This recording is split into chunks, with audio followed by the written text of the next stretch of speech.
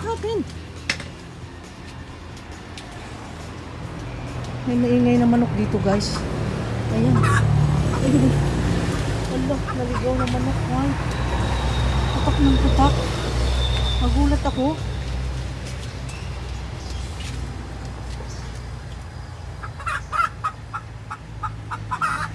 Nasaan ka? Saan? Ay, ayun. Ayun, guys. Ayun. Naligaw. Ay! Natakot sa akin. Ano ba yan? Natakot sa akin.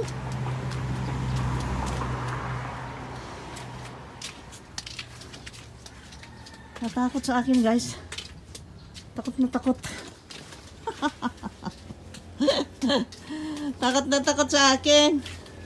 Ang manok. Wow. Oh my God. Nag-aayos ako dito, guys. Ang init-init. Bibili kami ngayon ng screen. Gusto kong padublehan pa yan. Di pa ako nakontento. Pati dun sa kabila. And then, I want to remove this trapal. Siguro. Dahil nandito yung ano, yung powder puff na i-transfer dito. Kawawa naman kasi ito, nandun lang sa corner sa jungle, Petit Jungle 2. At hindi nakikita, alam nyo naman, pag nakakita ako ng ganito, energy booster ko yung mga yan. Kaya sabi ko, please lang, nilagay natin sa harap. Kaya inilipat ni Gian. Dito niya nilagay. Ang ganda, di ba? Ayan, nakakita akong manok. Putak ng putak. Putak ng putak ng putak talaga. Grabe. Ewan ko, natakot siguro. Baka may nakaabog dun sa kabila. Kaya, ganun ang nangyari. Wala. Ang manok, baw. Ang manok ay natakot, nagulat, at ako ay nainitan. Ako ay nag-aayos dito. Ina-arrange kong mabuti ang mga bagay-bagay dito. Lumaki na ng so itong ating white wizard, guys. Ang laki na. Tumaas na. May dagdag yan, ha. Yung nagpapagate natin ay nabuhay lahat. Ipapakita ko sa inyo. At yung ating ito, oh. Ang ganda na ng pwesto niya. Yung pink princess. Ito namang pink nito, nalaglag. Wala na. At yung pumapalit ay hindi naman pink. Ano ba yan? Naman, ikaw naman na pink princess ka. Laki-laki mo. Wala kang pink. Ito naman yung tatlong bili natin na pink princess 3 pots. At yung white wizard na sinasabi ko ay buhay. Tingnan mo. Ayan, oh. Tapos ayan, oh, meron na siyang lumalabas na, ayun. Ito rin, oh, buhay na buhay. Ayan yung mga mother plant natin, buhay na buhay naman. Yung isang pot ng white wizard na naging 4. Kaya, ayun, dumami, no? At ito naman ay nandito. At ino-obserbahan, under observation pa ito dahil bagong bili. Si Warsiwichi ay na golden. Ayan. At ito naman under observation din. At okay naman, behave naman siya. Wala naman siyang problema. Si Betchy ay, at ito naman ay dumadami ang kanyang dahon. Pero wala na naidagdag din lang. Dalawa lang. Yan. Nagulat lang ako kaya kinuha ko kaagad itong video.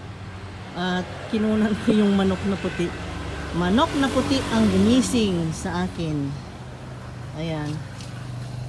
Oh my God. Ang init. Sobra. At alam nyo yung mga bigonya ko doon. Ang daming nasira. Nakita mo yung sa top. May mga bakante ng spaces, di ba? Noon punong-puno yan. Kasi yung ano, yung nakaraang noon pa way back mga last month ay nagbagyo, di ba? Sunod-sunod yung ulan. Nangatunaw. Kaya nawalan na ako ng gana sa mga bigonya na yan.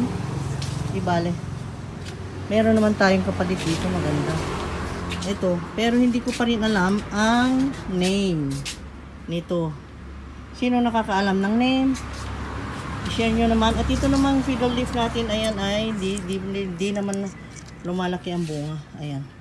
At ito guys, question ko lang, bakit hindi siya walang nangyayaring slice dyan para sa fenestration? Eh, ang haba na niya, oh. Look at this. Yan ang puno. Ito ito ang puno. Ayan. Tapos pataas. Ayan. Pakatay. Ayan. Ang haba hanggang dito. Oh, see? Ang haba na niya, pero walang fenestration. What does it mean? I don't know. Ito naman ay mag-propagate ako ngayon, guys. Ito ang sipag nitong humaba. Itong mycans natin. Ito ay giant naman. Lumalaki ang dahon na ganito. Oh, ang ganda. See? Ang ganda ng dahon niya. Ang ganda ng mga leaves niya. Beautiful. At madaling tumubo. Similar dito. Ito po ay glorious. Ito po ay Epipremnum pinnatum aurea. Ito po ay Longilobatum. Ito, Golden Leland Miano. Ayan. Yan ang tawag ko dyan. Peratum.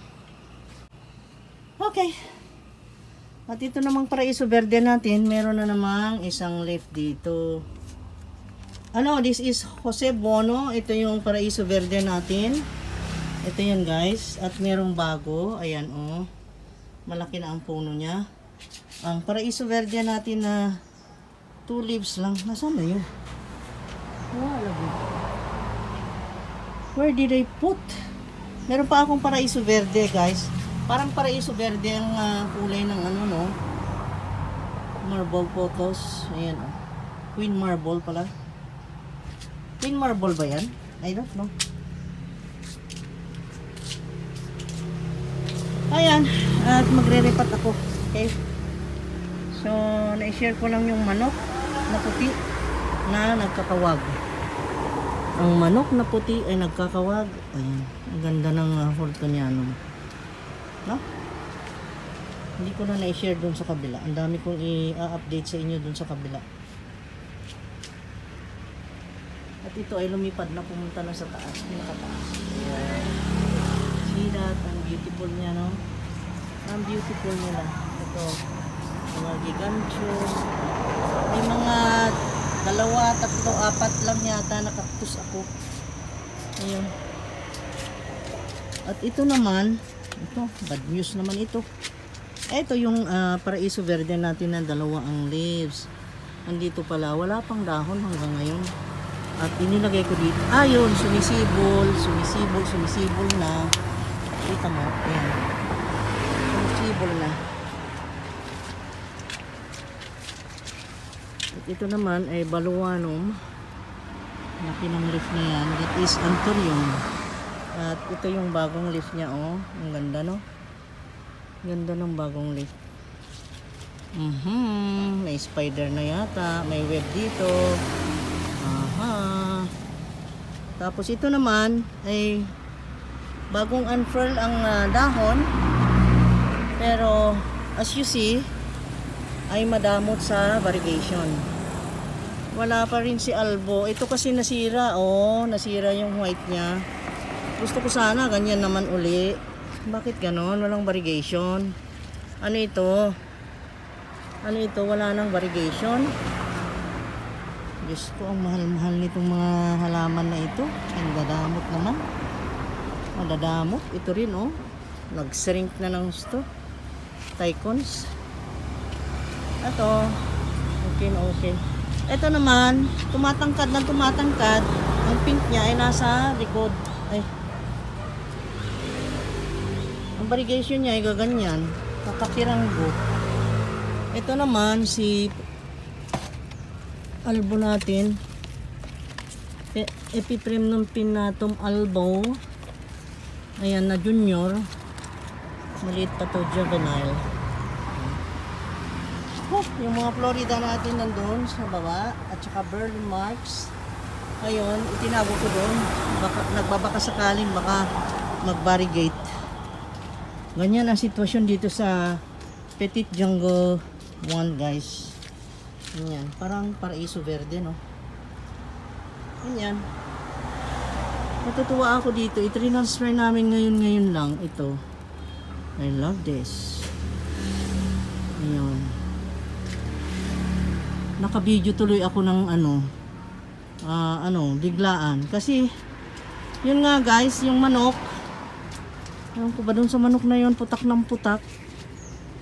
Tapos, nagulat ako. Ayan bagong leaf ng Jose Bono. Ganda no? Ayan siya guys. There's Richie. Dito ko nilagay ito pero dapat i-transfer ko. Dito ko nilagay. Ito nakakatuwa. Ang laki-laki. Sobra. Kita mo yan.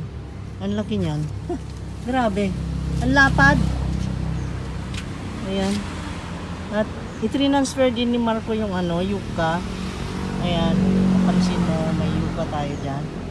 Kalalagay lang ni Marco yan ngayon. So magpaalam na naman ako. Nag-record bigla dahil sa manok na puti. Oh my god, nakakatuwa naman. Kasi ang tagal ko na hindi nakarinig ng putak-putak ng manok. Nagpuputak-putak yon. Kaya kinuha ko kaagad itong video at kinunan.